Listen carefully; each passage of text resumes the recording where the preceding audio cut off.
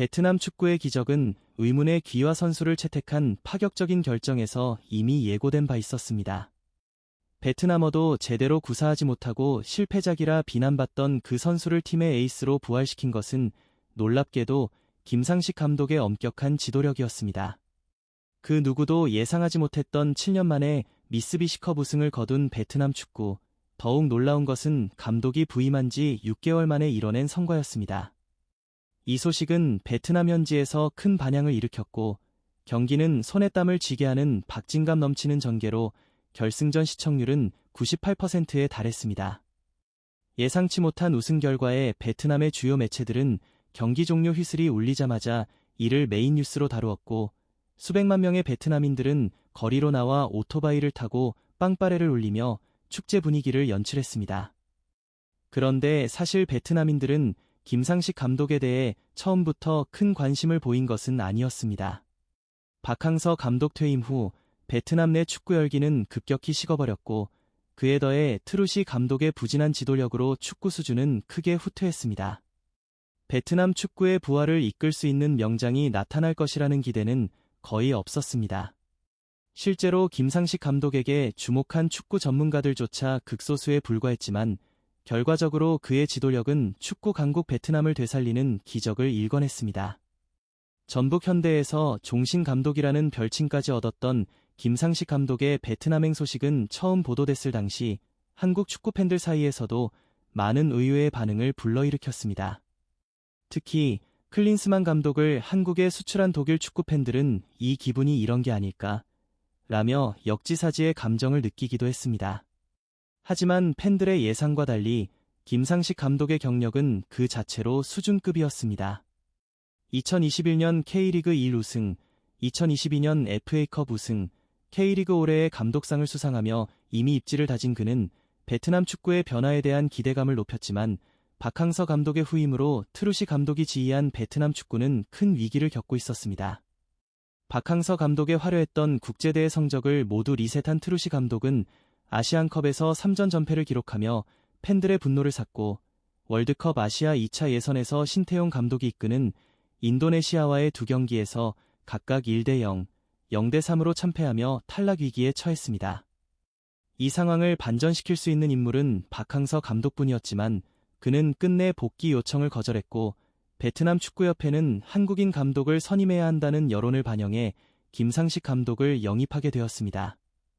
그렇게 시작된 김상식 감독의 베트남 데뷔전은 6월 6일 하노이에서 열린 월드컵 2차 예선 5차전 필리핀과의 대결이었고 3대2로 승리하며 베트남의 연패를 끊어내며 현지에서 극찬을 받았습니다.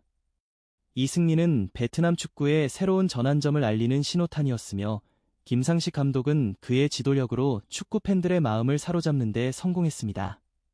하지만 김상식 감독의 기적적인 승리도 잠시 다음 4경기에서 1무 3패로 연패를 기록하자 베트남 팬들은 그래도 그렇지라는 반응을 보이며 기대를 접은 듯한 분위기가 감돌았습니다. 하지만 그것은 단지 예열에 불과했을 뿐 본격적인 미쓰비시컵 일정이 시작되자 베트남 축구는 마치 다른 팀처럼 변모하며 미친 듯한 연승 행보를 이어갔습니다.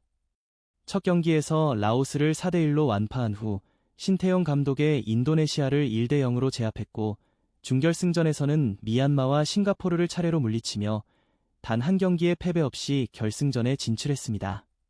결승전 1차전에서는 운명의 상대인 태국까지 처치하며 승리를 거두었고 베트남 축구 매체와 수천만 팬들은 김상식 감독을 제2의 박항서라 칭하며 뜨거운 찬사를 보냈습니다. 그들은 김 감독을 베트남 축구를 부활시킨 기적의 마술사라며 연신 특별 보도를 내며 축제 분위기에 휩싸였습니다. 결국 베트남은 더러운 플레이를 일삼으며 승부에 집착하던 태국을 원정에서 3대2로 제압하며 우승을 차지했고 1억 베트남인들은 한국인 감독에게 갚을 수 없는 빚을 졌다며 감동을 감추지 못했습니다. 그러나 이 모든 성과 뒤에는 충격적인 비밀이 숨겨져 있었습니다. 이번 대회에서 베트남 대표팀에는 팬들을 의아하게 만든 의외의 인물이 있었는데 바로 브라질에서 귀화한 응우엔스 원손 선수였습니다. 이 선수는 실력만큼은 팀의 에이스로 손꼽힐 정도였으나 외모나 피지컬 면에서 도무지 베트남인으로 보이지 않았습니다. 이 정체불명의 선수의 등장과 그의 활약은 베트남 축구 역사에 큰 파장을 일으켰습니다. 응우엔스 원손의 발탁 당시 베트남 축구 팬들 사이에서는 그가 과연 국가대표로서 뛰기에 적합한 선수인가에 대한 논란이 일었습니다. 일부는 다른 나라 선수들을 끌어오는 것은 클럽팀과 다를 바 없다며 국가대표팀은 순수하게 베트남인들로 구성되어야 한다고 비판했습니다. 이러한 비판적인 목소리가 일자 전임 감독인 트루시에는 팬들의 반대를 고려해 응우엔스 원손에게 기회조차 주지 않았습니다. 하지만 김상식 감독이 부임하면서 응우엔스 원손에게는 인생의 기회가 찾아왔습니다. 김 감독은 오직 실력만을 중시하며 베트남 축구협회의 격렬한 반대에도 불구하고 그를 대표팀에 차출하게 되었습니다. 사실 응우엔스 원손이 논란을 일으킨 이유는 단지 피부색 때문만은 아니었습니다.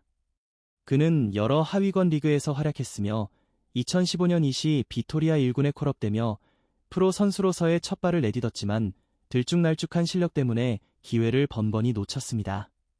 세리에 B 리그에 데뷔했지만 7경기에서 단 한 골을 기록하며 결국 벤치 신세로 밀려났습니다.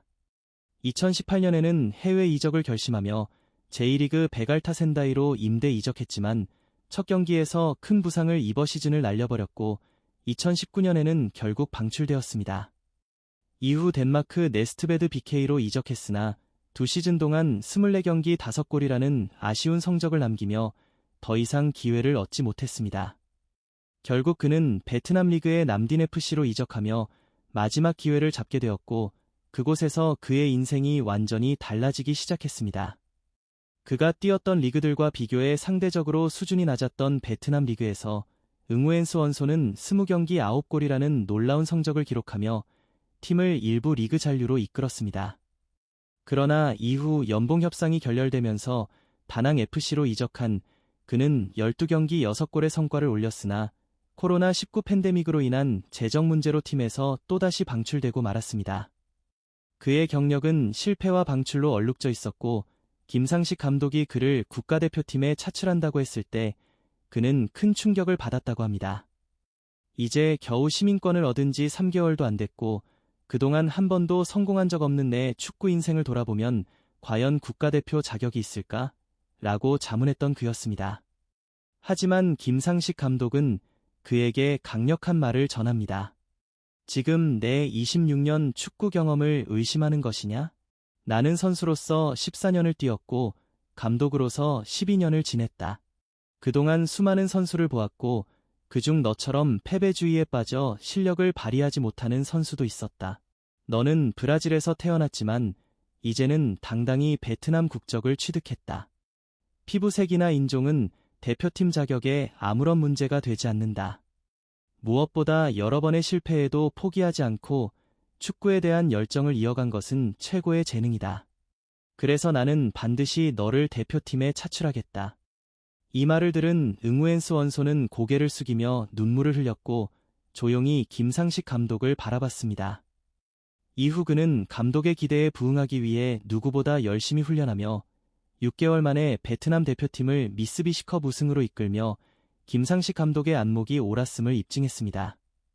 한때 응우엔스 원손의 대표팀 승선을 반대한 베트남 팬들은 그의 감동적인 비하인드 스토리를 알게 된 후 눈물을 흘리며 자신들의 부끄러운 행동을 크게 뉘우치고 있습니다.